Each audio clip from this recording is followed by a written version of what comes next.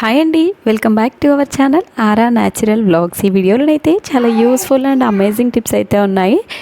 వీడియోనైతే ఎక్కడ కూడా స్కిప్ చేయకండి. చూసిన ప్రతి ఒక్కరు కూడా ఒక చిన్న లైక్ చేసి ఛానల్ అయితే సబ్స్క్రైబ్ చేయడం మర్చిపోకండి. ఎవరైనా సరే ఫస్ట్ టైం మన ఛానల్ని చూస్తున్నట్లయితే ఒక్కసారి ఛానల్కి వెళ్ళి అయితే చెక్ చేయండి. మీకు నచ్చిన కంటెంట్ ఉంది, యూజ్ అయ్యే టిప్స్ ఉన్నాయనుకుంటే రెగ్యులర్గా ఛానల్ అయితే ఫాలో చేస్తూ ఉండండి. యూట్యూబ్లోనే కాదండి, ఇన్స్టాగ్రామ్లో కూడా ఫాలో చేయండి. అక్కడ కూడా మంచి మంచి టిప్స్ అయితే షేర్ చేస్తూ ఉంటాను. ఫస్ట్ టిప్, మనం ఏదైనా పూజలు కానీ వ్రతాలు కానీ చేసినప్పుడు కంపల్సరీ పచ్చి కొబ్బరి అయితే ఉంటుంది కదా. ఇలా పచ్చి కొబ్బరి అనేది మనకి పాడవకుండా ఒక 10 to 15 డేస్ వరకు ఫ్రెష్గా ఉండాలి అంటే ఈ చిన్న టిప్ అయితే ట్రై చేయండి. ఫస్ట్ ఆఫ్ ఆల్ అందులో కోకోనట్ వాటర్ లేకుండా, అంటే మీన్స్ తడి లేకుండా కొబ్బరిని అంతా కూడా తుడుచుకోవాలి. అందులోనే కొంచెం కోకోనట్ ఆయిల్ వేసి ఇలా మొత్తం అప్లై చేసేసి మనం డీప్ ఫ్రిడ్జ్లో కనుక పెట్టాము అనుకోండి, 2-3 months ఉన్నా సరే పచ్చి కొబ్బరి అనేది పాడవకుండా ఫ్రెష్గానైతే ఉంటాయి. ఇలా చేయడం వల్ల దానిపైన బ్యాక్టీరియా, ఫంగస్ అలాంటిదైతే ఫామ్ అవ్వకుండా పచ్చి కొబ్బరి చాలా రోజుల వరకు ఫ్రెష్గానైతే ఉంటుంది. నెక్స్ట్ టిప్, చాలామంది రోజు పూజ చేసుకుంటూ ఉంటారు. అలా పూజ చేసినప్పుడు పూలు అయితే తప్పకుండా కావాలి కదా. మనకి పూలు ఏంటి అంటే మనము ఒకేసారి 1/2 kg, 1/2 kg తెచ్చి స్టోర్ చేసుకుంటూ ఉంటాము. అలా మనం తెచ్చుకున్నప్పుడు ఏంటి అంటే ఎక్కువ రోజుల వరకు పాడవకుండా ఫ్రెష్గా ఉండాలి అంటే ఇలా మనము ఒక డబ్బా తీసుకొని అందులో అడుగున టిష్యూ పేపర్ వేసుకోవాలి. అందులో ఓన్లీ మంచిగా ఉన్న ఫ్లవర్స్ని మాత్రమే సపరేట్ చేసుకోవాలి. కొంచెం వాడిపోయినా లేదు అంటే రిక్కలిపోయిన ఫ్లవర్స్ కనుక వేసుకున్నాము అనుకోండి, వేరే ఫ్లవర్స్ అనేది కూడా తొందరగా పాడైపోతాయి. ఇలా మంచిగా ఉన్న ఫ్లవర్స్ని సపరేట్ చేసుకొని అందులో కొన్ని బియ్యంని చల్లుకోవాలి. ఒకవేళ బియ్యము వద్దు అనుకుంటే ఆప్షనల్ అది. బియ్యంని చల్లడం వల్ల ఏంటి అంటే అందులో ఉండే తేమ అనేది పీల్చేస్తుంది. తర్వాత ఇంకొక టిష్యూ పేపర్తో కవర్ చేసి ఫ్రిడ్జ్లో కనుక పెట్టాము అనుకోండి, మనకి 1 month ఉన్నా సరే పూలు అయితే పాడవకుండా చాలా ఫ్రెష్గానైతే ఉంటాయి. నెక్స్ట్ టిప్, చాలామందికి డైలీ బాయిల్డ్ ఎగ్ తినే అలవాటు ఉంటుంది. మనం ఎగ్స్ బాయిల్ చేసేటప్పుడు ఏంటి అంటే కొన్నిసార్లు పగిలిపోతాయి. అందులో నుండి వైట్ ఎల్లో కలర్ సొన అంతా కూడా బయటకైతే వచ్చేస్తూ ఉంటుంది.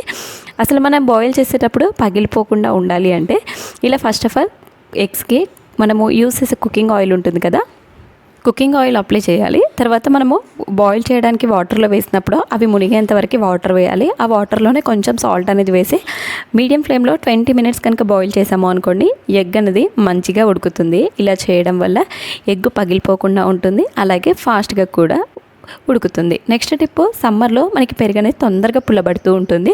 పుల్లబడిన పెరుగుని ఎవరు కూడా తినడానికి ఇష్టపడరు. అలాంటప్పుడు అందులో 1 స్పూన్ కనుక పాలని కలిపాము అనుకోండి, పెరుగు అనేది తీయగా అవుతుంది. టేస్ట్ అనేది మొత్తం కూడా మారిపోతుంది. ఇలా చేయడం వల్ల పెరుగు అనేది వేస్ట్ అవ్వకుండా ఉంటుంది. పుల్లబడిన పెరుగు వేస్ట్ అని పడేయాల్సిన అవసరం లేకుండా అందులో కొన్ని పాలని కనుక యాడ్ చేసాము అనుకోండి, పెరుగు టేస్ట్ అయితే చాలా బాగుంటుంది. ఫస్ట్ ఆఫ్ ఆల్ అసలు పెరిగే పుల్లబడకుండా ఉండాలి అంటే అందులో ఒక చిన్న కొబ్బరి ముక్కను కనుక ఉంచాము అనుకోండి, మనకి పెరుగు అయితే పుల్లబడకుండా ఉంటుంది. నెక్స్ట్ టిప్, మనం రోజు ఇంట్లో క్లీన్ చేసిన తర్వాత ఇలాంటి చెత్త చాటతో చెత్తనైతే క్లీన్ చేస్తూ ఉంటాం కదా.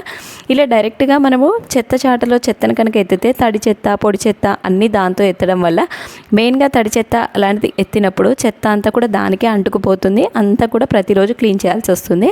అలా క్లీన్ చేయాల్సిన పని లేకుండా దీనికి ఒక యూజ్ అండ్ త్రో కవర్ ఉంటుంది కదా, ఆ కవర్ను వేసి అందులోకి చెత్తను వేసి చేయడం వల్ల ఏంటంటే మనం డైరెక్ట్గా ఆ కవర్ని రిమూవ్ చేసి చెత్తలో వేసేస్తే సరిపోతుంది. ప్రతిరోజు మనం అంతా క్లీన్ చేయాల్సిన అవసరం అయితే ఉండదు.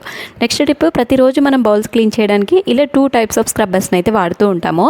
మనం బౌల్స్ క్లీన్ చేసిన తర్వాత డైరెక్ట్గా వాష్ చేసి అలానే పక్కన పెడుతూ ఉంటాము. దానివల్ల అందులో చాలా బ్యాక్టీరియా, ఫంగస్ అంతా కూడా ఫామ్ అయిపోతుంది. నెక్స్ట్ డే మార్నింగ్ మళ్ళీ అదే స్క్రబ్బర్తో కనుక మనం వాష్ చేసాము అనుకోండి, మనకి ప్లేట్స్లో కానీ బౌల్స్లో కానీ అంత బ్యాక్టీరియా ఫామ్ అవుతుంది. అందులోనే మనం తిన్నాము అనుకోండి, చాలా హెల్త్ ఇష్యూస్ అయితే వస్తాయి.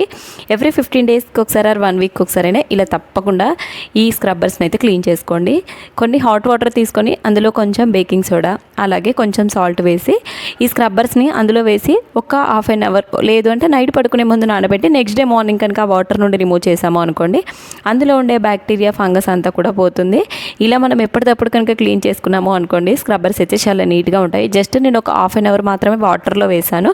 మీకే కనిపిస్తుంది కదా అందులో ఎంత డస్ట్, ఫుడ్ పార్టికల్స్ ఉందో అవన్నీ కూడా రిమూవ్ అయిపోతాయి.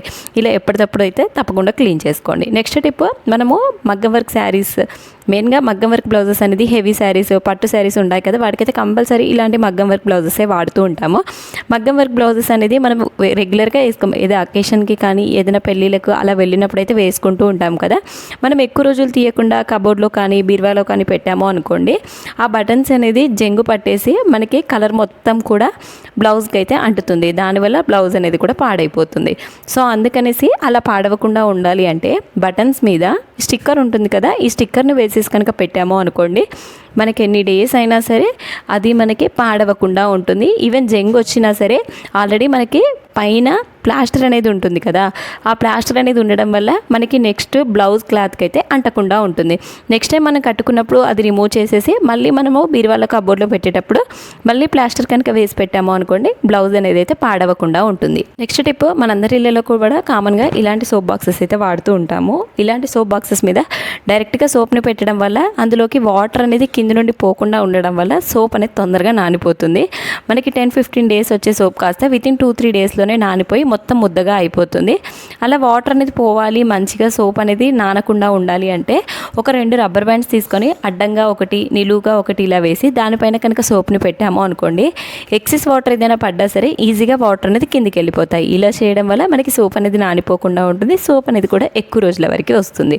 నెక్స్ట్ టిప్, సమ్మర్లో మనం ఎక్కువ వాడే ఐటమ్ ఏదైనా ఉంది అంటే వాటర్ బాటిల్. మనం బయటికి వెళ్ళిన ప్రతిసారి కూడా తప్పకుండా వాటర్ బాటిల్ అయితే క్యారీ చేస్తూ ఉంటాం కదా. సో ఇలాంటి వాటర్ బాటిల్స్ క్లీన్ చేయాలి అంటే తప్పకుండా ఒక బ్రష్ అయితే ఉండాలి. ఒకవేళ మన బ్రష్ అవైలబుల్గా లేదు అనుకోండి, ఆల్టర్నేట్గా దేంతోనైనా తప్పకుండా క్లీన్ చేసుకోండి. క్లీన్ చేసేటప్పుడు కూడా పౌడర్ లిక్విడ్ వాడాల్సిన అవసరం లేకుండా ఇలా సింపుల్గా కనుక క్లీన్ చేసుకున్నారు అనుకోండి, అందులో బ్యాక్టీరియా అలాంటిది అయితే ఫామ్ అవ్వకుండా బాటిల్స్ అయితే చాలా ఫ్రెష్గా ఉంటాయి. అందులో క్లీన్ చేయడానికి కొంచెం సాల్ట్ అలాగే కొన్ని బియ్యంని తీసుకోవాలి. బియ్యం అనేది గరుకుగా ఉండడం వల్ల అడుగున డస్ట్ అలాంటిది ఏదైనా ఫామ్ అయినా సరే ఈజీగా బయటకు అనేది వచ్చేస్తుంది. కొన్ని హాట్ వాటర్ వేసి ఒక 2 మినిట్స్ పాటు షేక్ చేసేసి తర్వాత నార్మల్ వాటర్తో కనుక క్లీన్ చేసుకున్నాము అనుకోండి, బాటిల్లో ఉండే బ్యాక్టీరియా, ఫంగస్, ఏదైనా చిన్న చిన్న పురుగులు అలాంటివి ఉన్నా కూడా ఈజీగా పోతాయి. చాలామంది ప్లాస్టిక్ వాటర్ బాటిల్స్ అలాంటివి అయితే వాడుతూ ఉంటారు. నార్మల్గా వీలుంటే మాత్రం తప్పకుండా స్టీల్ వాటర్ బాటిల్స్ వాడడానికి ట్రై చేయండి, ఎందుకంటే ప్లాస్టిక్ అనేది అంత మంచిది కాదు కాబట్టి. నెక్స్ట్ టిప్, మనం బీరువాలో కానీ కబోర్డ్లు కానీ బట్టలు అనేది ఎక్కువ రోజులు కనుక తీయలేదు అనుకోండి, అసలు బీరువాని కానీ కబోర్డ్ కానీ ఎక్కువ రోజులు కనుక ఓపెన్ చేయకపోతే అందులో నుండి ఒక రకమైన స్మెల్ అయితే వస్తుంది. మెయిన్గా బట్టల మధ్య చిన్న చిన్న పురుగులు లాంటివి కూడా ఫామ్ అవుతూ ఉంటాయి. అలా స్మెల్ రాకుండా ఉండాలి అంటే ఒక 2 టిష్యూ పేపర్స్ తీసుకొని అందులో కొంచెం జవాదు పౌడర్ అలాగే చిన్న చిన్న సోప్ పీసెస్ ఉంటాయి కదా, ఆ పీసెస్ అందులో ఒకటి పెట్టుకోవాలి. అందులోనే కొంచెం కర్పూరం వేసుకోవాలి. ఇలా వేసి పెట్టడం వల్ల మనకి బట్టల మధ్యలో కనుక వీటిని వేసాము అనుకోండి, బట్టల నుండి బ్యాడ్ స్మెల్ అనేది రాదు, చిన్న చిన్న పురుగులు అనేది తిరగకుండా ఉంటాయి. మెయిన్గా ఇందులో నుండి కాక్రోచెస్ అలాంటివి అయితే రాకుండా ఉంటాయి. మనం ఎప్పుడైనా పట్టు చీరలు అలాంటివి తీసినా కూడా ఎలాంటి బ్యాడ్ స్మెల్ అనేది రాకుండా చాలా మంచి స్మెల్ అయితే వస్తాయి. నెక్స్ట్ టిప్, పిల్లలకి ఇలాంటి వైట్ కలర్ షర్ట్స్ కానీ యూనిఫామ్స్ కానీ ఉన్నాయి అనుకోండి, మనం సమ్మర్లో కనుక వేసాము అనుకోండి, నెక్ అంతా కూడా ఆ స్వెట్టింగ్ వల్ల మొత్తం కూడా మురికిగా నల్లగా అయిపోతూ ఉంటుంది. అసలు మనకి మురికే పట్టకుండా ఉండాలి, పట్టిన మురికైనా కూడా ఈజీగా వదిలిపోవాలి అంటే వీడియోలో చూపించినట్టుగా కాలర్ పైన కొంచెం టాల్కమ్ పౌడర్ వేసి ఇలా మొత్తం అప్లై చేసేసి పిల్లలు కానీ పెద్దవాళ్ళు కనుక వేసుకున్నారు అనుకోండి, ఆ మురికి అనేది కనిపించదు. ఒకవేళ పట్టిన మురికైనా వాష్ చేసేటప్పుడు చాలా ఈజీగా వదిలిపోతుంది. నెక్స్ట్ టిప్, ప్రతిరోజు మనం కర్రీ చేసేటప్పుడు కంపల్సరీ ఆనియన్ అయితే వేస్తూ ఉంటాము. ఇలా ఆనియన్ని కట్ చేసేటప్పుడు ఈ ఎడ్జెస్ వేస్ట్ అని పడేస్తూ ఉంటాం కదా, ఆ ఎడ్జెస్ ఇప్పటి నుండి పడేయకుండా వాటిని అయితే చక్కగా రీయూజ్ అయితే చేసుకోవచ్చు. వీడియోలో చూపించినట్టుగా దోశలు వేసేటప్పుడు దోశ పెనం పైన కనుక ఈ ఆనియన్తో కనుక రుద్దాము అనుకోండి, దోశలు అనేది అంటుకోకుండా చాలా నీట్గా వస్తాయి. అలాగే మన ఇంట్లో స్విచ్ బోర్డ్స్ అనేది మనము ఆయిల్ చేతులతో జిడ్డు చేతులతో ముట్టుకోవడం వల్ల మనం స్విచ్చెస్ వేసిన ప్రతిసారి కూడా ఆ స్విచ్ బోర్డ్ అంతా కూడా మురికిగా నల్లగా అయిపోతూ ఉంటుంది కదా. ఇలా ఆనియన్తో కనుక, ఆనియన్లో ఆల్రెడీ తేమ అనేది ఉంటుంది కదా, ఆ తేమ ఉండడం వల్ల స్విచ్ బోర్డ్ కనుక క్లీన్ చేసాము అనుకోండి చాలా మంచిగా నీట్గానైతే క్లీన్ అవుతుంది. ఇంట్లో మనకి ఎన్ని రకాల స్విచ్ బోర్డ్స్ ఉన్నా సరే ఈ ఆనియన్తోనైతే చాలా ఈజీగా క్లీన్ చేసుకోవచ్చు. మీకు వీడియోలో క్లియర్గా కనిపిస్తుంది కదా, స్విచ్ బోర్డ్ పైన ఉండే మురికి అంతా కూడా చాలా ఈజీగా వదిలిపోయింది. ఇలా నెక్స్ట్ టైం మీరు కూడా సింపుల్గానైతే ట్రై చేయండి. నెక్స్ట్ టిప్, ఎప్పుడైనా సరే చపాతీ పిండి కానీ పూరి పిండి కానీ కొంచెం మిగిలిపోయింది అనుకోండి, డైరెక్ట్ మనం బాక్స్లో వేసి ఫ్రిడ్జ్లో పెడుతూ ఉంటాము. నెక్స్ట్ డే మార్నింగ్ కనుక తీసాము అనుకోండి, అది గట్టిగా అయిపోతుంది. ఒక 15 మినిట్స్ బయట ఉంచితే తప్ప దాన్ని అయితే చేసుకోలేము. అసలు గట్టి పడకుండా ఉండాలి అంటే బాక్స్లో కొంచెం మన కుకింగ్ ఆయిల్ ఉంటుంది కదా, ఆయిల్ అప్లై చేసి దానిపైన కనుక పిండిని పెట్టి ఫ్రిడ్జ్లో కనుక పెట్టాము అనుకోండి, మనకు ఒక 1 or 2 days ఉన్నా సరే పిండి అనేది గట్టి పడకుండా ఉంటుంది. ఒక 1 day తర్వాత తీసినా సరే చపాతీ అనేది సాఫ్ట్గా వస్తుంది, పూరి అనేది కూడా చాలా మెత్తగా వస్తుంది. ఐ హోప్ టిప్స్ అన్నీ కూడా నచ్చాయని అనుకుంటున్నాను. మీకు ఏ టిప్ నచ్చిందో కామెంట్ చేయండి. ఫర్దర్గా ఎలాంటి టిప్స్ కావాలో కూడా కామెంట్ చేయండి.